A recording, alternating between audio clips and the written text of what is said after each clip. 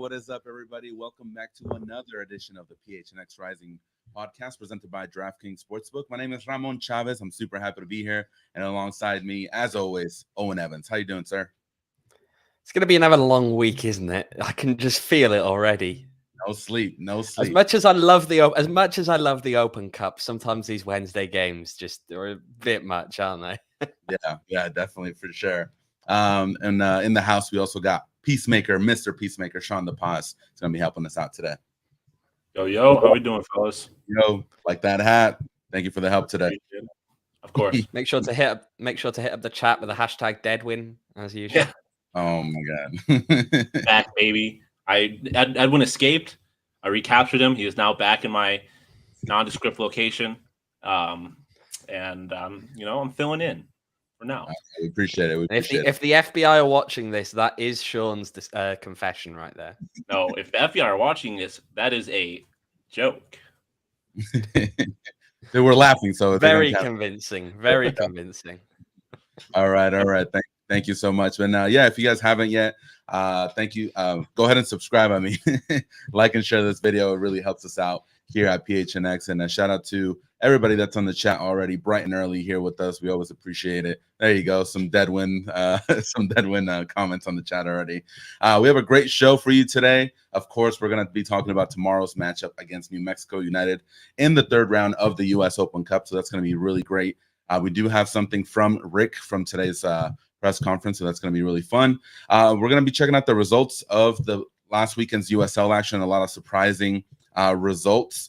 And then also we're going to be talking about some of the U.S. Open Cup matchups that have already started today. So a lot of fun today. And then, Owen, you have a couple of special shout outs as well. So we're going to be getting to those. So, but to lead off the show, let's go ahead and see that video of Rick and his comments about New Mexico. Well, their two forwards are very fast. And if we try to match up man to man, I think it's a bit difficult. So we probably have to make some tactical adjustments, based on how we ended the game. What the shape looked like. I don't want to be as defensive and kind of just giving up possession, but I do think we need to adjust a few things. Sounded a bit. It was interesting. Yeah, it's interesting. Definitely, because look, it's a hard one whenever you're playing a team for the second time in a handful of days at home. It's hard because you kind of look at it and go, have you seen everything they've got to offer? Especially when you start with a league game, then you're going into a cup game, or have you not seen anything at all they've got to offer in the second game? Because they might be about to do what a lot of teams have done, today and make 8 or 9 changes.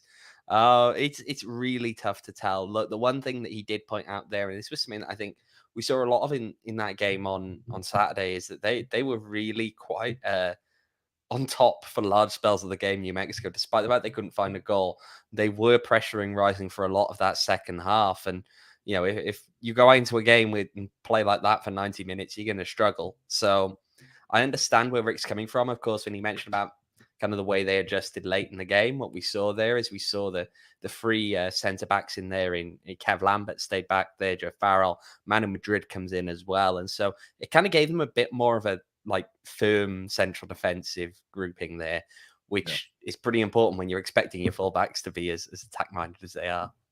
Yeah, definitely. And I think you could see that I think it was in the 7th minute of the game where I think both fullbacks just went all the way up top. And then I think Nico Brett just was able to get by Kev Lambert and then Joey Farrell. And then, Ben Lundt came clutch as he did the entire game with the great save. And that really kind of set the tone for the entire game where, New Mexico United was going to have the ball, the possession. And if you give them that space, like he was talking about those two forwards, Rick was, they're going to make you pay. And so thanks to that Ben Lundt, amazing game that he had, Phoenix was able to get the victory. But yeah, definitely something that Rick kept an eye out. 1-0 victory on Saturday. Greg Hurst with the 14th minute goal. Take me through that goal because it happened in less than 30 seconds. Like that's an insane. Is that something that Rising really do practice during the week about for a counterattack or anything like that? Or is that something that they expected just for this week against New Mexico? Well, that's just kind of the prowess of some of the attacking players, let's be honest. And you're right, it was a very, very well taken goal. I think that it's kind of hard to look, well, a lot of people look at the finish and say, well, is fairly simple in the end. It really isn't, is it? The way that he holds his composure, rounds the goalkeeper there, and the angle isn't great. When he takes that shot, the angle is not great at all. That's a tough angle. And look, as Jet's saying, that kind of goal used to be Rising's bread and butter, right? And that's because they had a lot of players who were very good. I mean, just very good attacking players. It's as simple as that, right? When you stock up on guys who like your Solomon Asantes and people like that who are just phenomenal on, in almost any phase of play. Of course, if you give them an advantage where there's, 2 of them and 2 defenders and that's all they've got to take on, they're going to make them look like fools. But it was good to see that kind of a goal because, again, it's kind of like Rising just getting a bit of its old self back almost, that they feel comfortable going up and attacking that freely and being very quick and direct with it rather than necessarily having, and not direct in a negative sense, not in a dinosaur football manager type direct as you often sometimes see in the lower leagues, but just, not wasting time effectively, finding the people going forward, being quick with it, and then ultimately putting it away instead of what we've seen a lot of the time this season from Rising, which has been this kind of a very patient build up, but it's not patient in a good way. It just stalls. Yeah, you've mentioned that before in some of our last episodes where when Rising gets towards the final third of the pitch, they kind of, like you're saying, they stall. They don't know where to go. Creatively, I mean, they're not able to break through that line and create those chances. So I do want to point out Greg Hurst that I think he had a great game, best out of the front 3. During that goal with Epps, he was able to kind of have this offensive awareness to say, you know what, Epps is going to get the ball. I'm going to dart towards the middle of the field, and I know he's going to be able to get me the ball, and he did. And so he was able to maneuver by the keeper and get that goal. There was also that other chance that he provided to Epps. It was, I believe it was a foul on Arturo in the middle of the field. Arturo took it really quickly. Quinn to Repetto. Repetto linked up with Hurst, and Epps just did a cut towards the second post. And Hurst was able to find him right away. Like, he knew exactly where Epps was going to go. He provided him a great cross, but Epps wasn't able to slot it home. So I'm loving Hurst, man. Like, out of everybody that's been brought in, he's one of the guys that's really impressive. And we'll talk about that a little bit more later, but I just wanted to point that out. Well, it was a really good chance, just to be clear, the one that you were talking about, and it was ultimately a very good save by Mizell in the New Mexico net. And I know that Michael there mentioning about making Mizell look like a fool on that one goal. It's a good time probably to talk about Mizell, because that's one thing that did come out of today's press conference. We had a lot of question marks over whether Cody Mizell would be eligible to play for New Mexico. We didn't know because at the end of the day, it's very unclear quite how long this loan deal he signed is. No one's really that open about it. US Soccer, despite I've reached out, they're not giving any real insight on that. But his loan deal had to be for 90 days or more for him to be eligible to play in the Open Cup. Well, from what Rick said today, he actually thinks that Mizell has gone already. Okay. So on that basis, and I'll say this, the way he put it was vague enough that we don't know whether he has left or whether he has left as in gone back to Albuquerque because they know that he's not eligible to play in this match. But it does mean that we're probably unlikely to see him in tomorrow's game. Could even mean that New Mexico only have one goalkeeper on the roster, which that's a risk. That is a real risk, going into a game without someone to replace him if something goes wrong.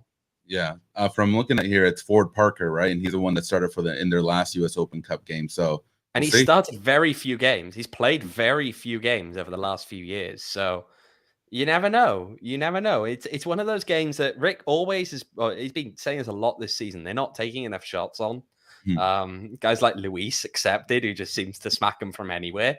But if you're up against a goalkeeper like that, just hammer the shots on him because. Yeah.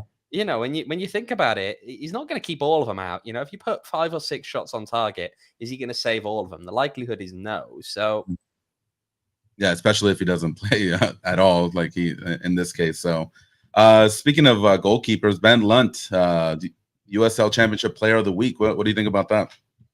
Well, he deserved it, doesn't he? Let's be honest. It was a fantastic performance by him in goal last week. You look at what he did on Rising's goal, the way that he makes that save, and it was a very good save. that ultimately leads to that. There were a couple of other really good saves in there where he really kept them in. And then there was that penalty save at the end. Yep. I mean, it's one of those moments you get a penalty save deep into stoppage time, and it feels like a winner, doesn't it? It feels like a goal. Because you shouldn't be saving that. You should be conceding there. It feels like a goal when you get a penalty save like that hangs on and you hang on for 3 points. Yeah, and even when looking back at the game, I was like, you know what, the South End looked a little, I don't want to say nervous, but they kind of stopped so they could look at the goal. And then as soon as he stopped it, they just went all crazy again. It was awesome to see. So it was a good. This is one of those things, I guess. You stop chanting and just start. You've got to make noise, but just general noise to try and put that player off. Yeah. But they kind of stop chanting, and the Lundt gets the saves and the beers start flying everywhere. I do want to point out, I don't think that was a really well taken penalty kick. It was a god awful penalty. Let's be perfectly frank here. It was an awful penalty. Yeah, and I think you mentioned it when we were over there in the press box or after the game. I mean, that Ben Lundt is 6'6". You need to put those in the corner if you're gonna, hit those penalties against them, because from what it looked like, it was right through the middle basically, and Lundt's gonna get that every time. So yeah, definitely something to take care of. But again, it doesn't deny the fact that he had a great game. So awesome for him. Really happy for him. Again, USL Championship Player of the Week. Honorable mention, Greg Hurst. I like that as well. So exactly. Great stuff there. You went to today's press conference. Any updates? I know the big question of this week or heading into this game, I mean, is Santi Moar. How's he looking? So Santi is ready to go, probably. He is fully back in training. He's at 100% in training. Now, he's not 100% overall, so you just have to bear that in mind, that he's not necessarily going to start. And if he does start, we don't know how long he's going to go. But Santi is expected to have a good shot at making the 18 tomorrow, from what Rick said today. Now, besides that, if we want to talk a bit about another guy like James Musa, we did have an update on James. James isn't going to be available tomorrow. He isn't going to be available on the weekend. They're hoping to ease him into training next week. But from what Rick was saying, the injury that he's got is something that's a bit complicated, to be honest. He's struggling with just trying to set out a timeline for him to come back. So they're hoping next week is the reality. Whether that is the case is something entirely different, because they're just going to have to follow doctor's advice from what he's saying. Oh, wow. So best case scenario, we're looking LA Galaxy 2 on the 30th, April 30th? Okay. It's possible. But again, there's a lot of factors in there. Do you want to bring him in at that point? Because the defense has improved a lot, and that's no slight on James, but just things are working at the moment. And do you want to disrupt that? Yeah, definitely. Let's talk about the defense for a little bit. So Darnell King, course of the season, he has 4 yellow cards. From my understanding, Owen, 6 yellow cards equals a suspension, or is that the case anymore? Nope, it's 8. 8. You get a fine at 5.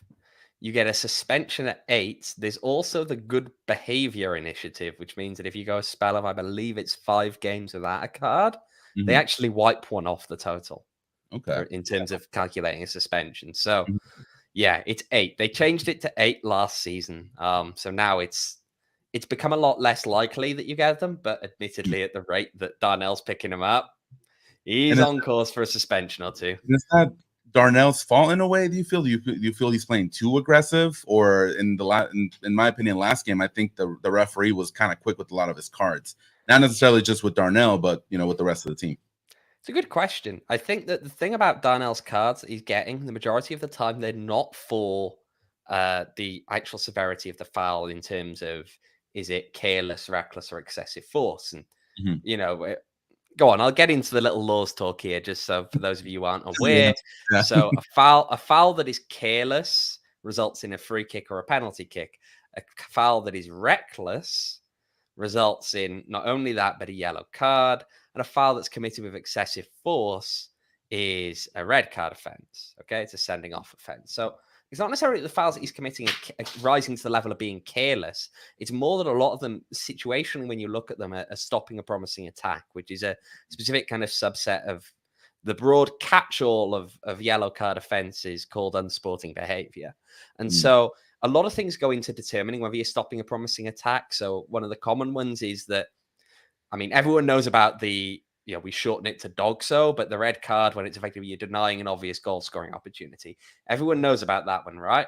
And we've got the 4 different kind of things that I'm trying to think of the word now. You've got the 4 different elements that go into that.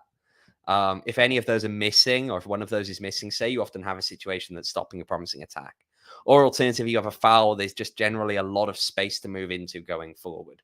And you're on a quick counter, that's likely to be stopping a promising attack. Or if there's a foul quickly after a change in possession, it's likely to be stopping a promising attack. And so a lot of those things situationally have been more along those lines. And they're not necessarily things that leave the referees a lot of leeway, because if he calls the foul, they're stopping a promising attack. There's almost, there's a lot of things to interpret there. Sometimes there's just less to interpret, because it's quite apparent that these things sometimes are stopping a promising attack. So ultimately, he's kind of getting caught in those positions. I think it's based on the fact that transitionally Rising haven't been the best transitioning to defense, or even as something else that Rick said today, which is that they seem to be giving the ball away in front of the opposition defense on the attack.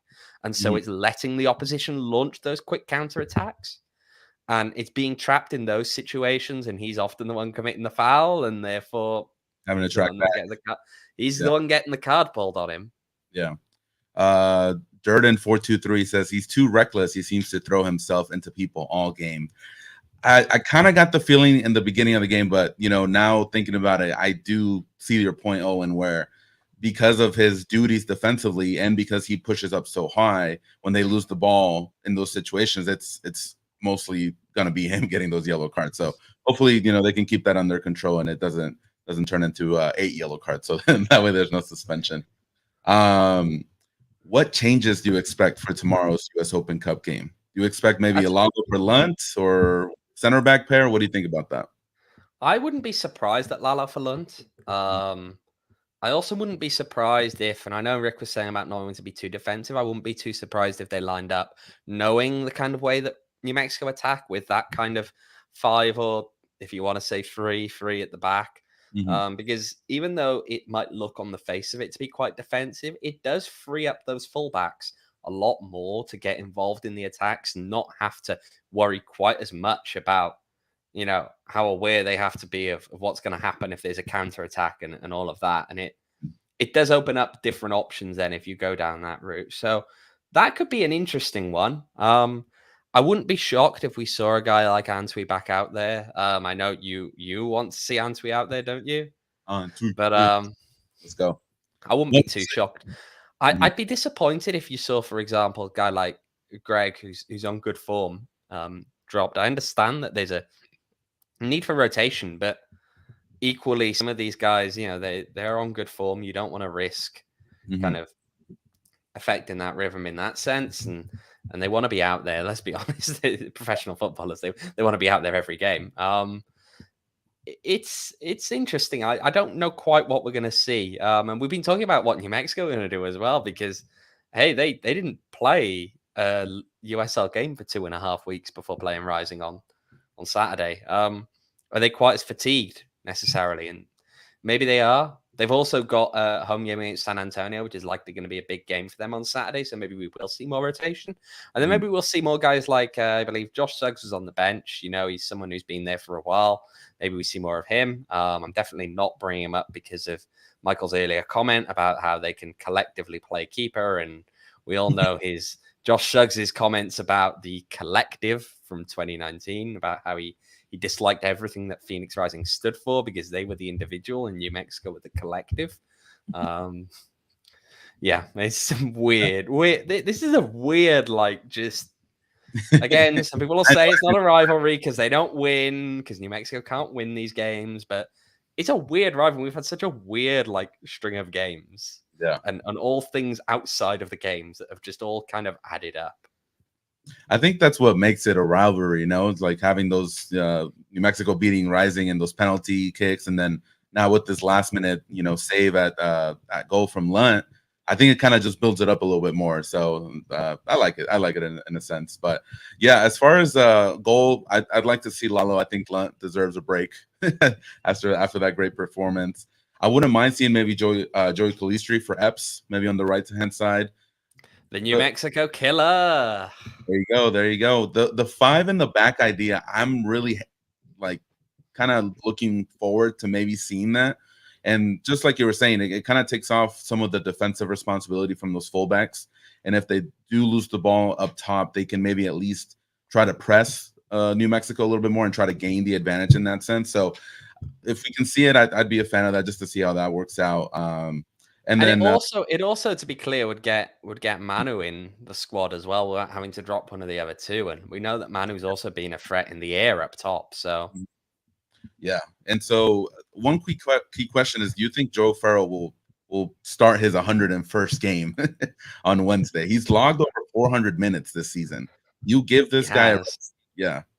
I don't know. I really don't know. You afford to. And I know that I mean, just as a side note on this, is Jets in the comments there with the any hope on that new centre back. Look, it was asked today. We don't yet know. The thing about these things is a lot of moving parts, right? We've heard that there's been visa troubles. If anyone's ever dealt with USCIS, you'll understand.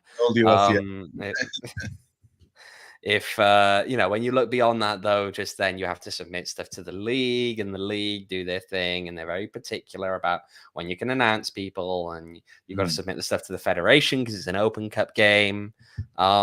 There's a lot of moving parts to that, and it's hard to know even if the deal is over the line, if it's actually gonna be available for selection, if they're going to have announced it yet. There's just a lot of really annoying things that go on in the background to make these signings happen, and so I don't know. He could be available, and I mean that kind of possibly impacts whether Joe Farrell is going to be playing, because let's be clear now, there are two true centre backs, and then there's Kevin Lambert.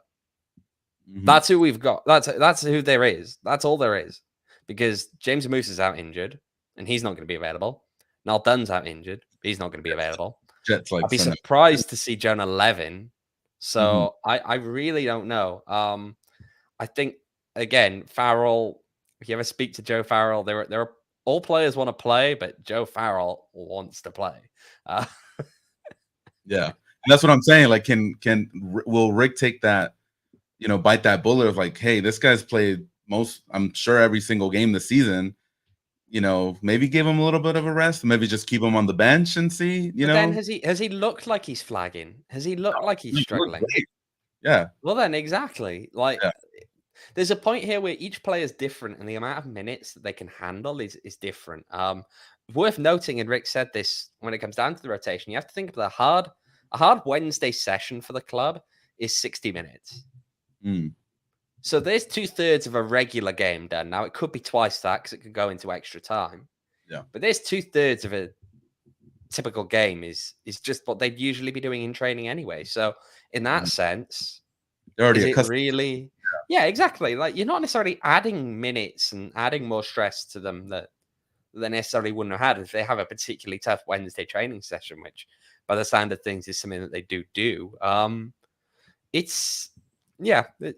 I don't know. I think it depends on how Joe is feeling, how he's doing in general, and probably a lot of observations about how he's looking in training, how the medical staff feel about him. All of those things are going to add into whether he's really able to do the extra playing time in midweek.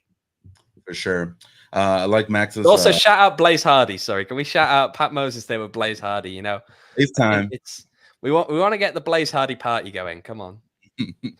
Yeah, Max with a really good comment here. It says it's easy to overlook how difficult it can be for a USL player to hit 100 caps with one club. Absolutely. Yeah, for sure. Absolutely. There's so much turnover in these rosters that when it comes down to it, it's hard for players to stay somewhere long enough, to get 100 games under their belt. But he's genuinely been a fantastic servant to the club since 2018. So yeah. Congratulations. Yeah, 100 is not easy. I saw those pictures that they posted on their Instagram. So Really great stuff there. Congratulations to Joe Farrell. A couple more questions, Owen. What do you expect as far as attendance to this Wednesday game? I know their last U.S. Open Cup game was lacking, I would say. I'm worried, and I'll say why. Did you check Ticketmaster? What I gather, I did check Ticketmaster, yeah. I checked Ticketmaster. The problem is the tickets look like they're like full price. So unlike the Valley United game when they were cheaper. So yeah, it's a harder sell, especially midweek. That's why I had a question, because Louisville is putting really cheap tickets on. I saw their Twitter account. It's like $6 to get into their stadium just to watch the U.S. Open Cup game they have. So why not do that for these games? You know, you'd rather have more people in there than not at all. So that's questions beyond us. But yeah, hopefully there's a can I just, you know what, if you want to show up there tomorrow, there is a chance. And can we just acknowledge the comment from Jet here that you imagine giving Blaze his professional debut on 420? 420. I know you're gonna. Yeah. I would wear my OG's shirt if that happened. That way we can make sure to tuck it away in the bag just in case. Yeah, definitely. So, Owen, just to wrap up this talk on the U.S. Open Cup tomorrow, predictions. What's gonna happen? Are we doing 90 minutes? Worst. I hate these. I hate doing predictions just because picks again. What's gonna happen? I hate doing predictions because especially for this, when I really don't know quite what's gonna happen. Yeah. Do we have odds yet? I'm looking to see if we've got odds, and I don't know if we've got odds yet. I was checking before the game. Have we not got any? No, there's only odds for today at the moment, unfortunately. But you know what I'm gonna go with? I think it's gonna go beyond 90 minutes. Oh man. Another offside goal, or what are we doing here? We're going to make it 10 in a row. 10 games that Rising could, go the distance. They're going to fail to win in 90 minutes. I think 10 knockout games in a row. I'm going to go with Michael's prediction here. Rising wins 1-0 in extra time. I think this is the type of game that they're scrappy in that sense, that they're going to be able to fight those 90 minutes and then just take the lead at the end and go home after that. So we'll see. Or maybe Lalo will score the winning penalty in kicks from the mark. We'll see. So yeah, I hope he's been practicing. Them just in case. You have to be ready for those. But yeah, we'll see. We'll see what happens tomorrow. Hopefully Rising can get a win. Now, Owen, I don't know if you know this, so just for me and everybody to kind of get on the same page. So if Rising does win tomorrow, not to jinx things, what region would they fall under? Does it depend on who wins? I don't think so, but again, this is all quite obscure because when the last draw happened, it was some groups of 4, some groups of 6. And what we were led to believe prior to that was that it was going to be groups of 4 or 6 and everyone was going to be the same. That obviously didn't happen. So US Soccer does what US Soccer does.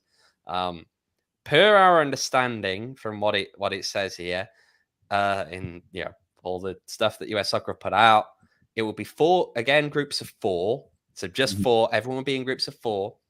My expectation is that Rising would join the 3 winners out of the Southern California region. Gotcha. So that could be again. Don't quote me on that. So that will be the winner of LAFC against Orange County, the winner of what's the other one? San Diego against LA Galaxy, and the winner of FC Tucson against California United Strikers. So there is a guaranteed Division 3 team from the West that will be in the next round. And we're just going to have to see. We'll see. And so they're playing today, aren't they? They're playing today. I think later tonight, yeah. So Galaxy tonight, 7:30. They're playing San Diego, right? And then Galaxy are playing San Diego. LAFC are hosting Orange County. Nice. We'll see what happens. The more I hang around the US Open Cup, the more I'm into it, just because of these matchups and what could happen. So this is really fun for me this year. All right, cool guys. So yeah, awesome talk. Thank you for everybody in the comments. Shout out to Jose. He says, "Go Rising, go United. I love being from both states." There are a lot of people from both states. I had a buddy of mine, Joey, who used to live here, used to be in my soccer team, and he moved to New Mexico. And he's like, "I'm torn because I go to the New Mexico games, but I love Rising." So It's he's a little bit torn on that side. It's the wrong way around. I'd understood if people were leaving New Mexico and coming over here to Arizona. You know, they'd seen the light, but That's true. That's true. But yeah, we'll see. We'll see. All right, y'all. Let's take a quick break and talk about OG's brands. As Owen pointed it out, 420 is around the corner, so you can celebrate. We've got a game on that day, yeah? Oh my God, it's gonna be fun.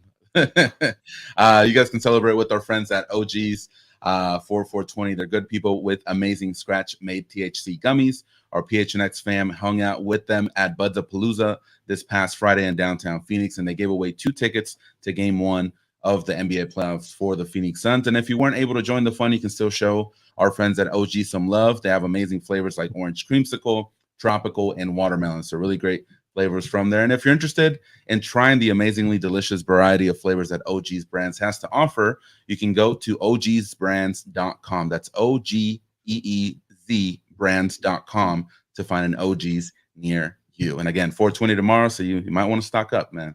Gonna be a fun time. Rumor has it that if someone drops a super chat in here, that Ramon is actually going to stop off at a dispensary on the way to the game tomorrow. And why are you saying that? I don't get paid Friday for himself for the match. It's either gas or OGs. Come on, man. I'm just kidding. OGs all the way. But yeah, if we get a super chat, I'll do it. I'm just saying. I'll just put it out there. He's now agreed to it. So if we get a super chat, he's gonna do it.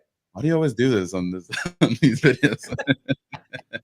All right. So after that OG stuff, Owen, you had a couple of announcements to make, so let's hear them. Yeah, can we give some shout outs here? Because some people want shout outs apparently. One of which we mentioned this on Saturday. I got kind of grabbed at halftime and asked to take a picture of some people. So can we get that picture up of the happy couple? Shout out to Tori and Ash who got engaged at halftime. I think the game. Their video too, or some of it. Yeah. Down in the south end, halftime. If you saw that little plume of smoke, that was them. And shout out to someone else as well. I hear it is Ken's birthday. And Ken, if you're watching us, this is a bad decision to be making at 6:30 on your birthday. I'm sure there are far better things you could be doing. No, he wants to hang out with us. Happy birthday, Ken. Thank you so much.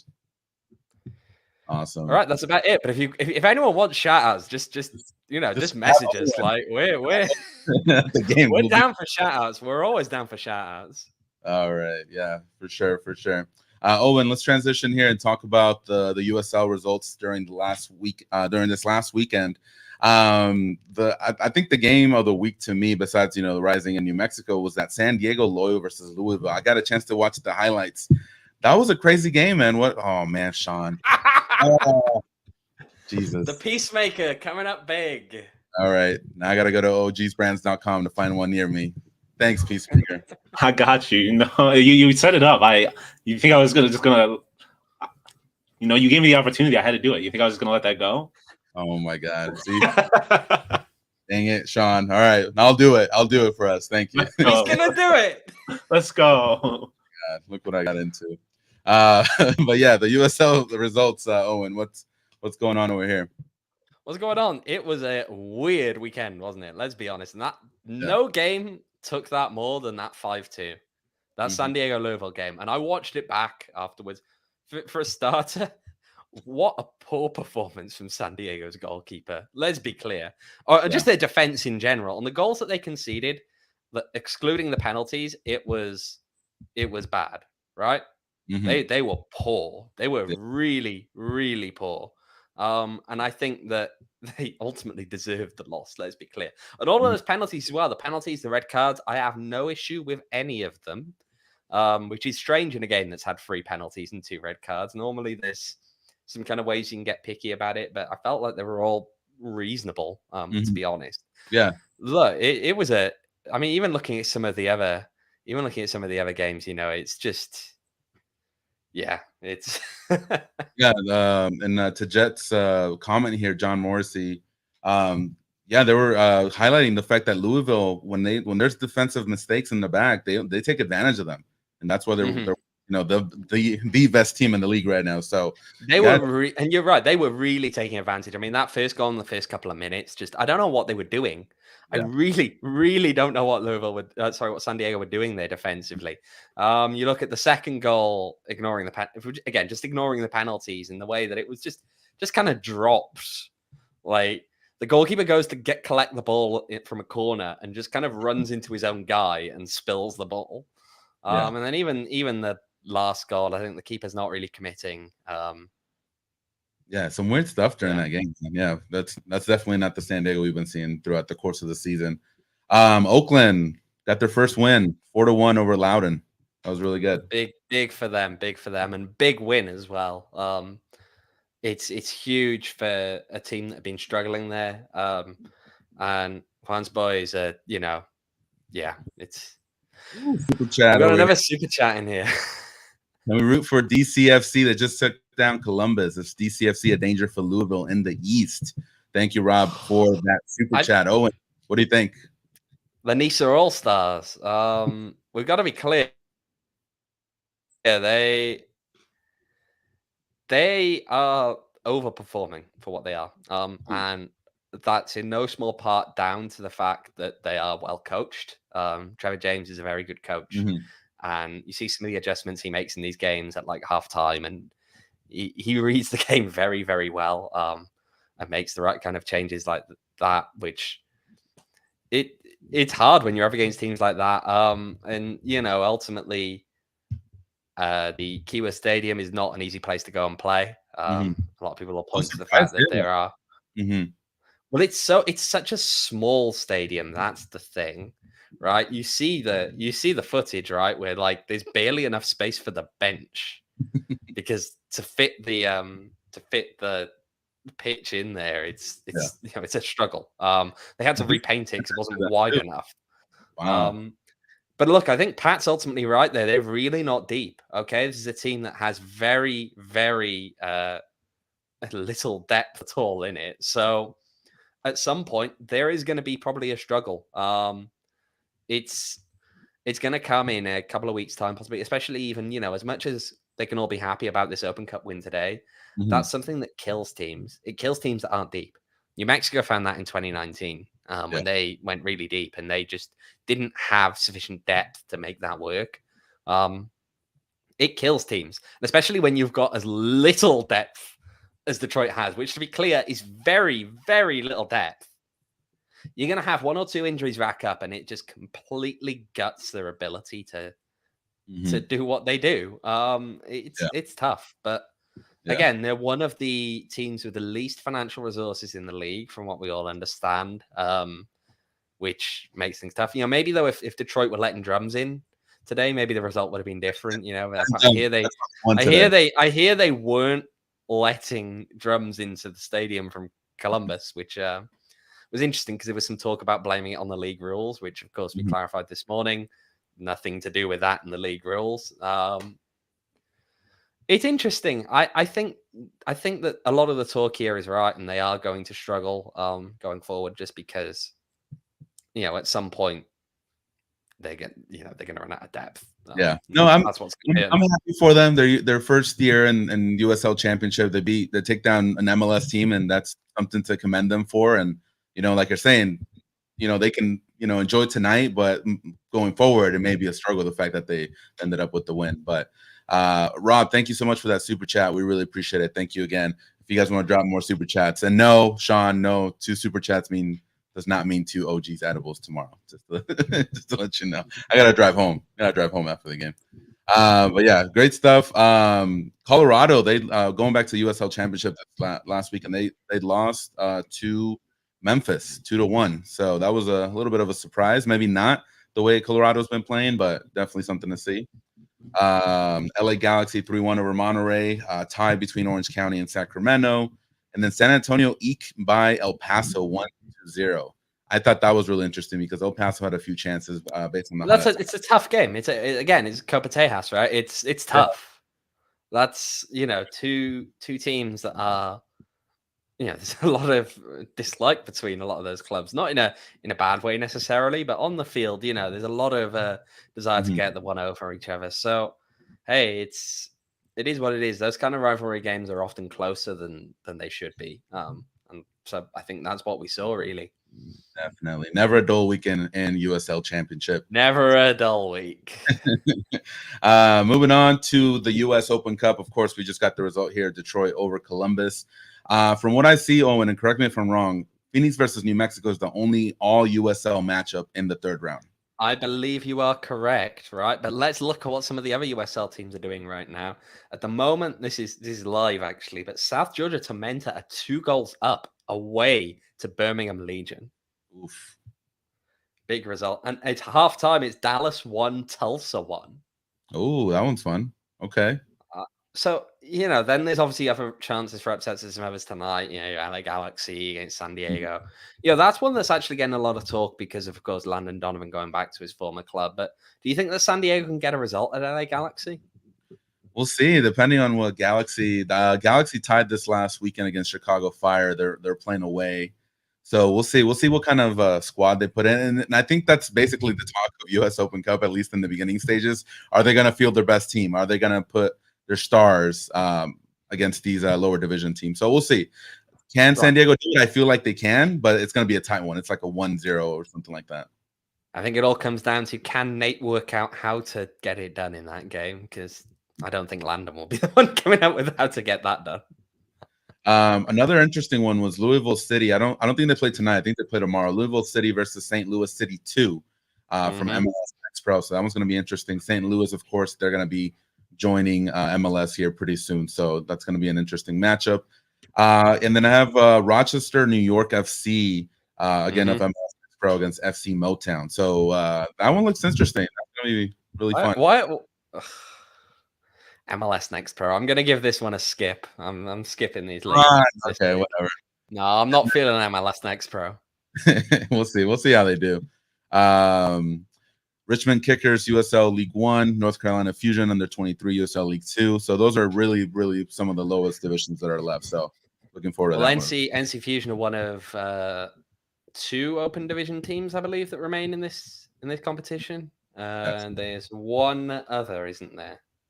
There is one other that we have left in the competition, and the one other is, I believe, where are we? Didn't you mention them playing against Rochester, New York? It's FC Motown, right? Yeah. So yeah, FC Motown. So it's two open division teams that remain: FC Motown and North Carolina Fusion under 23s. And can they make it through again?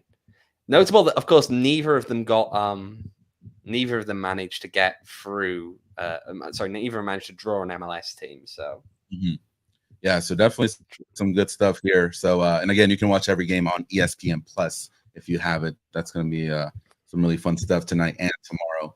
All right, y'all. So let's take a quick break. Talk about DraftKings. Of course, if you guys aren't aware, the NBA playoffs are here. Then, of course, our very own Phoenix Suns are playing the New Orleans Pelicans tonight. Hopefully, they can get their second win. Owen kindly reminded me on Twitter that I had chosen the Pelicans to win game 1. That did not happen. But if you guys are wanting to bet. Too right, it didn't happen. Too right, it didn't happen. If you guys are wanting to bet on the NBA, you guys can use DraftKings Sportsbook, an official sports betting partner of the NBA. This week, new customers can bet $5 on any team to win and get $150 in free bets instantly. You win no matter what. All DraftKings Sportsbook customers can also bet on NBA hoops with same-game parlays. Plus, each day of the first round, get a risk-free bet up to $10 if your same-game parlay doesn't hit. Bet the Suns, baby. Suns to the moon. I want to hear from you guys. What bets do you like in the first round? If you guys are in the comments, let me know. If you guys haven't yet, download the DraftKings Sportsbook app now. Use promo code PHNX. Bet $5 on any NBA team to win their game during the first round of the playoffs and get $150 in free bets instantly.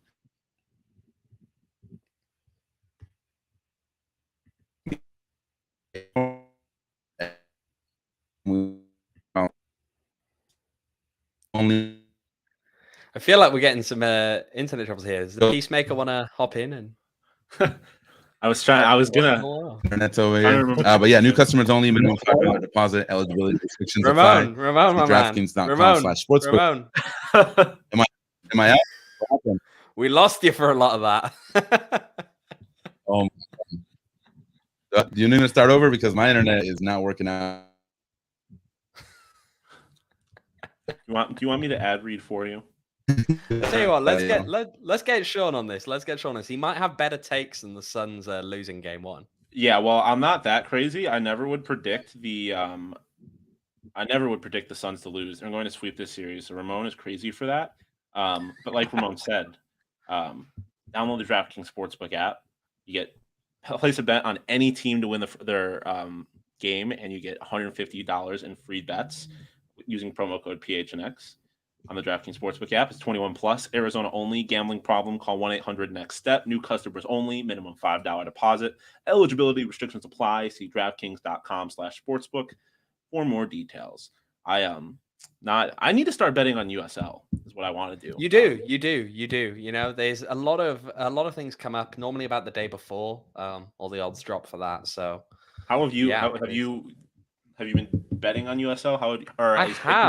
I've been having some good success on it. There's a good lot of, bearing in mind that, of course, the thing I guess that's the difference here between you know, the betting on, say, you know, football games as opposed to betting on other things is that, of course, you can have a money line where every option, because there are free options, is plus money. So there's always opportunities because, you know, sometimes, and I think completely lost Ramon now. There's always opportunities to try and like win money on things that necessarily aren't as, you know, favored as they should be. Because you can have a draw as well. And the other thing I think is that in general, if you pay enough attention to USL, you pick up a lot of things that kind of go under the radar. In terms of the way the odds are set. So there's definitely some options there in terms of finding yourself some money. And we may have Ramon back. Hello, look who's back. Terrible. I got the worst connection. Sorry about that, y'all. But I'm gonna start looking to you, Owen, for some tips on USL betting. I think we're gonna have to this weekend. We're gonna have to get back on there, and you know, if Rising can make it through, we might be looking at doing something brief on Friday, talking about the Open Cup draw. So maybe, you know, at that point, with the odds out for Saturday's games, I'll talk a little bit about that. I'll be looking out. Get that money. Yeah, well, I was gonna make a comment about how I took out Edwin. Now I took out Ramon. Like, I'm coming for each of you. Ramon escaped for now, so he's slowly survived for now. But you know, now I've realized we're about 10 minutes off of finishing this. Now I'm gonna have to make a decision, which is, what do I want to do? Do I want to watch the Suns hand the Pelicans' asses to him, or do I want to watch LA Galaxy hand Landon Donovan's ass to him? And it's a tough decision. Decisions. Yeah, I mean. Or I could do both. Like, you got the laptop, you got the TV, you know, you balancing. There's the whole bandwidth of the internet, because I think that's what I'm doing right now. But that's pretty much it for me for today's show. Owen, any extra comments that we have? You know what? Let's do one little thing. Let's end on a positive, then on a nice positive here, which I think we spoke about Greg Hurst earlier. We didn't quite come to the full conclusion of that one, which is that he's really actually, even though we were singing his praise at the start of the season, he's really impressed with how well he's coped with a step up from League One to the Championship. And Rick actually had some nice things to say about him today. So let's run ahead and roll that video. Listen, Greg is extremely technical, very, very good soccer player, very intelligent, very understanding of his positions, can play wide on the left. He can play as a 9. He can play as a, you know, combo forwards, you know, in a 4-4-2, 3-5-2, whatever. He's a guy that understands the game. The only thing Greg needs, I think, is probably a little bit more strength, a little bit more endurance, and maybe a little bit more quickness. And, you know, it's difficult to improve your quickness and speed, but, you know, like Arturo, I think that a year in the championship for Greg, and you're probably going to see, you know, an all-league player next year. And if he doesn't do it this year, because he's playing really well right now, and a lot of that has to do with his intelligence. Just a very, very good player from what we've seen so far this season, and I'm looking forward to seeing more of it this year.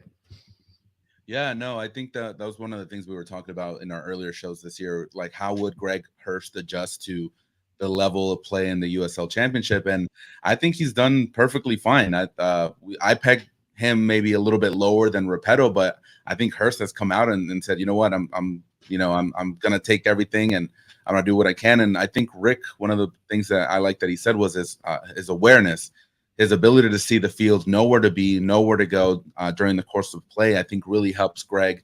And I think the fact that he has acknowledged that maybe his physicality and strength is one of his weaknesses is true, because we often see it when there's a high ball in the air or a long ball that's hit towards Greg.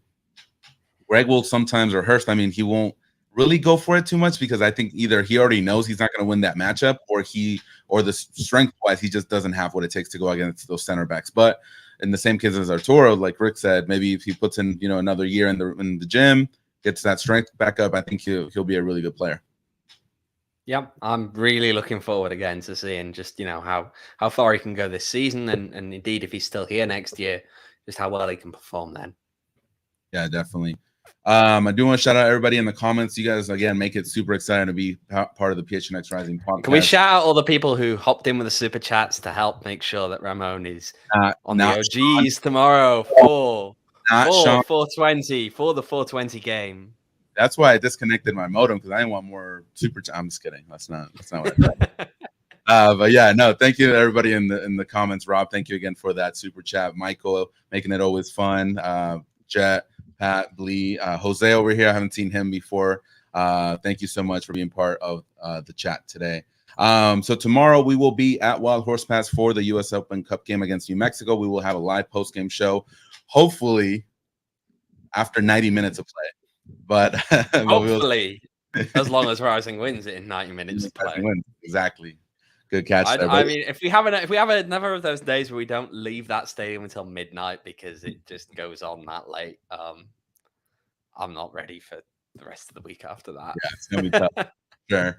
But yeah, join us tomorrow for that live post-game show. It's gonna be a great time, and we hope that you can make it up to the game. Otherwise, you guys can watch it on ESPN Plus. But that's it from us here at PHNX Rising. Owen, anything else? I think we just need to plug a certain social media account before we go, just quickly.